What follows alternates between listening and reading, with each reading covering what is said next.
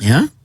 So it appears that an IPID report detailing the issues around the Phala Phala saga is out.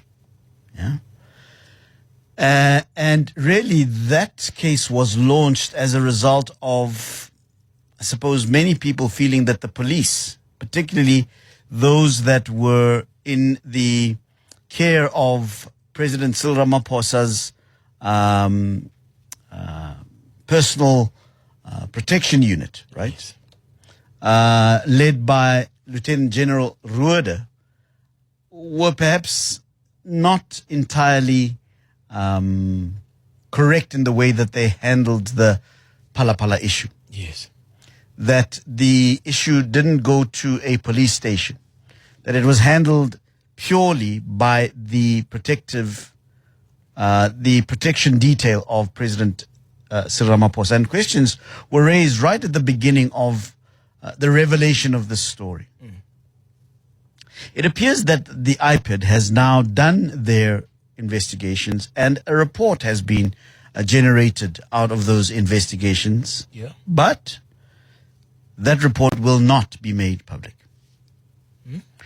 We're told that it is not going to be made public, and of course various interest groups have come out, particularly led by the ATM, the African Transformation Movement, have come out to say, but that information is not only interesting to the public, but it is of public interest.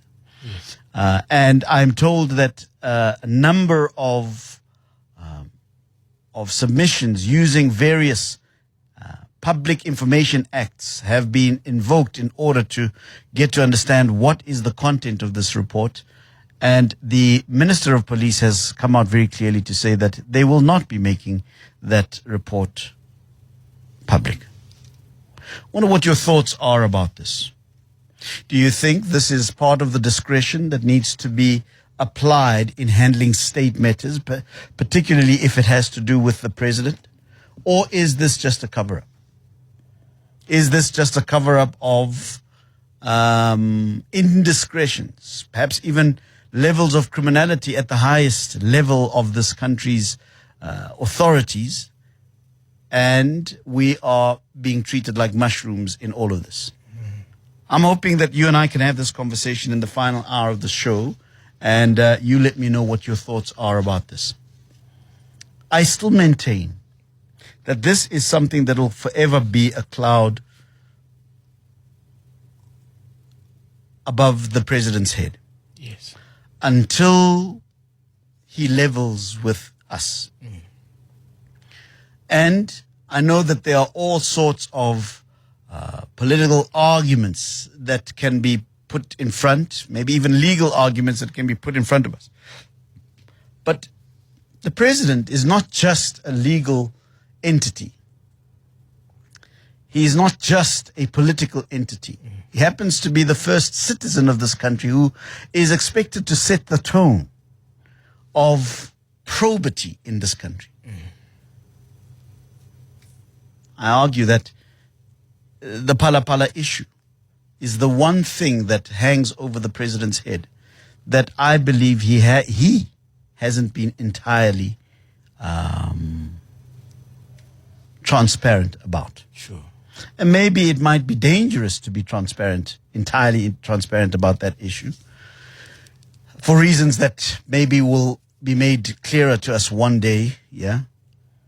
But I think that it would have done him, the country, and just the state of the idea that we can press a reset button after the mess that has been the last 2 or 3 administrations of the African National Congress.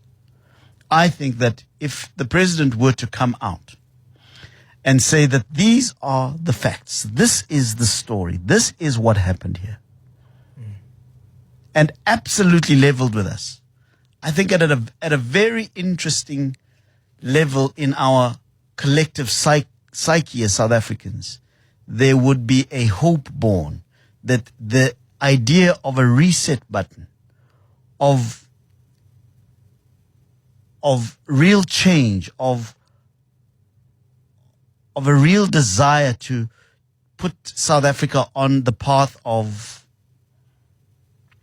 growth, of healing, would be believable. But for now, as long as the order of the day is obfuscation, running away from taking full accountability for this story, it appears that all of the talk about wanting to change South Africa's downward trajectory in all aspects is nothing more than a tick box exercise.